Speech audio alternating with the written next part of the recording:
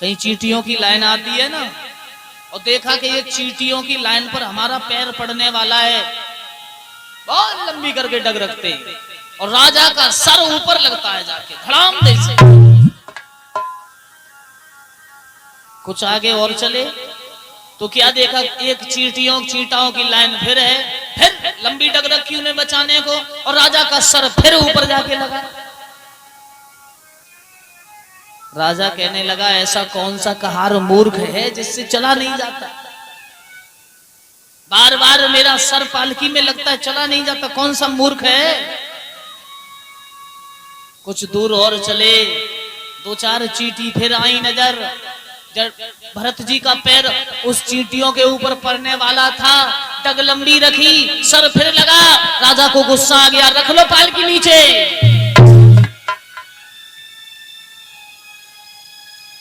और राजा ने गुस्सा में आकर के कहा, कौन से नहीं चला जाता।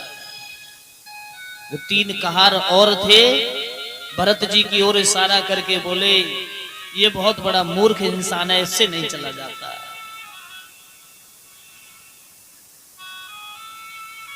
राजा ने क्रोध किया महात्मा जी के ऊपर।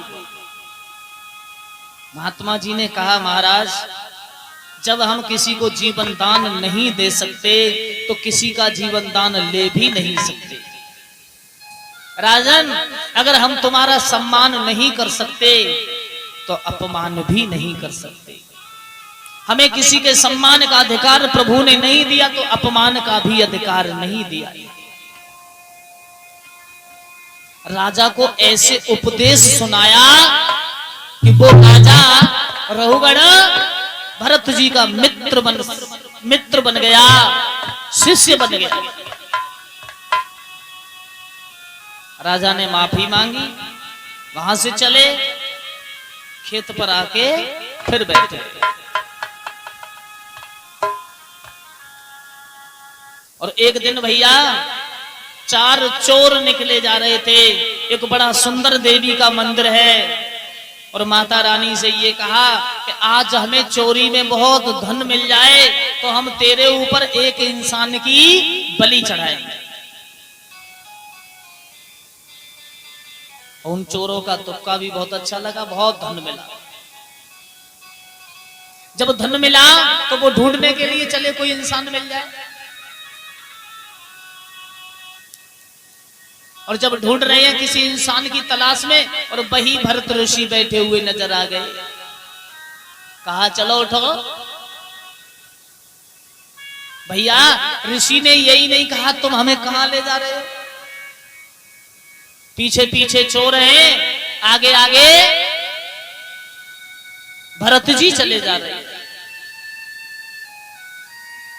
स्नान कराया, उन्होंने पूछा ही नहीं तुम क्यों नहला रहे हो। नए वस्त्र पहनाए, पूछा ही नहीं वस्त्र क्यों पहना रहे हो। तिलक लगाया, जयमाला डाली, यही नहीं पूछा कि तुम मेरे लिए इस तरह से क्यों सजा रहे हो। पकड़े, देवी मंदिर में ले गए। देवी के मंदिर में खड़ा करके कहा, नीचे गर्दन करो। नीचे को गर्दन कर ले। यही नहीं कहा कि तुम गर्दन नीचे क्यों करवा रहे हो। और एक चोर ने गर्दन जैसे नीची हुई, धड़ाक तलवार निकाली, गर्दन को काटना चाहा, देवी प्रकट हो गई। और उस देवी ने भरत ऋषि को तो अपनी बगल में ले लिया और उसी तलवार से उन चारों चोरों को नष्ट कर दिया।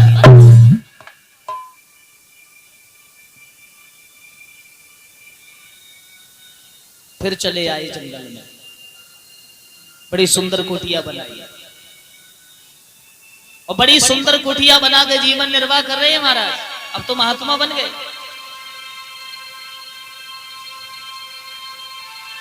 एक दिन आश्रम पर बैठे, उन्होंने क्या देखा, एक छोटी सी नदी बह रही है, और उस छोटी सी नदी के किनारे पर एक हिरनी पानी पी रही थी।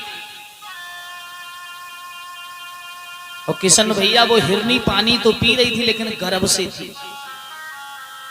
शेर ने पीछे से दहाड़ मारी, हिरनी ने छलांग मारी, हिरनी कूद तो गई लेकिन उसके उदर का जो बच्चा है वो वहीं निकल के गिर गया और हिरनी के प्राण निकल गए। ऋषि ने देखा ये हिरनी का बच्चा, उठाया आश्रम में ले आए। भैया सुबह होता है, स्नान कराते हैं, हरी हरी छोटी छोटी पत्तियां लाके उस हिरन को पेट भर के भोजन कराते हैं।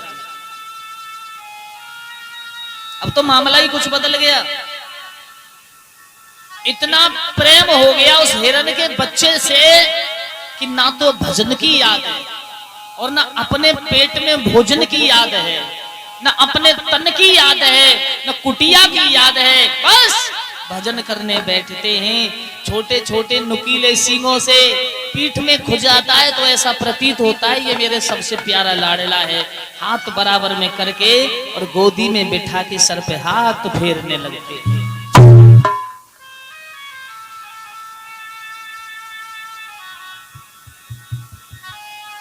सोते समय हिरन, जागते समय हिरन, खाना खाते समय हिरन। हिरन से इतना मोह बन गया कि बिना हिरन के एक क्षण भी रहा नहीं जाता ऋषि से।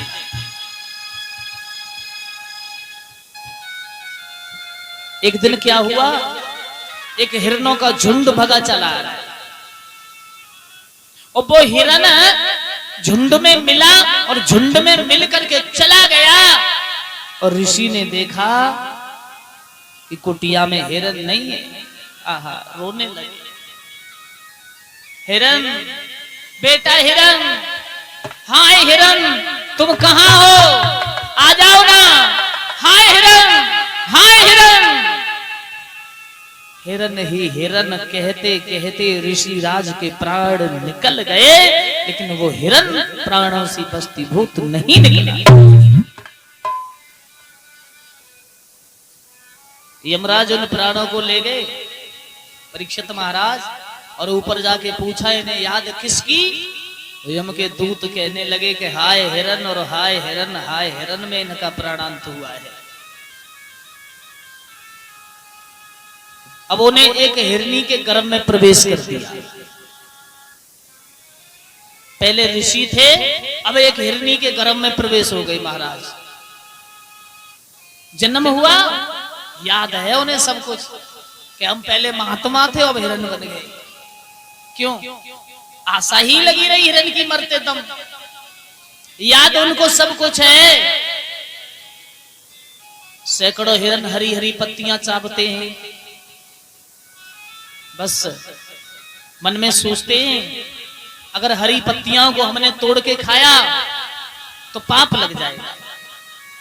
सूखी पत्तियां खाते हैं, जल पीते हैं नदी में, तीन पैर पर खड़े होकर भजन करते।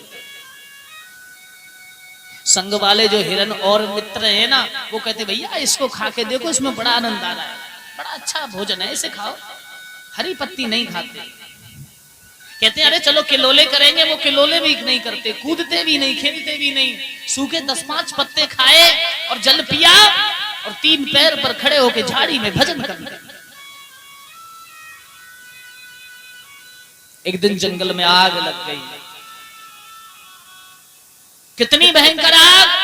भाग रहे हैं पशु पक्षी शेर चीता हिरन, भागो भागो भागो। पूछा भैया क्यों भाग रहे हो? एक हिरन कहने लगा दिख रही ना तुमको, अंधे तो नहीं है, पीछे से भयंकर आग लगी है, जल के भस्म हो जाओगे। ऋषि सोचने लगे आज जैसा मौका भी कभी नहीं आएगा। खड़े रहे और अग्नि की लपटें उनके करीब आ गई।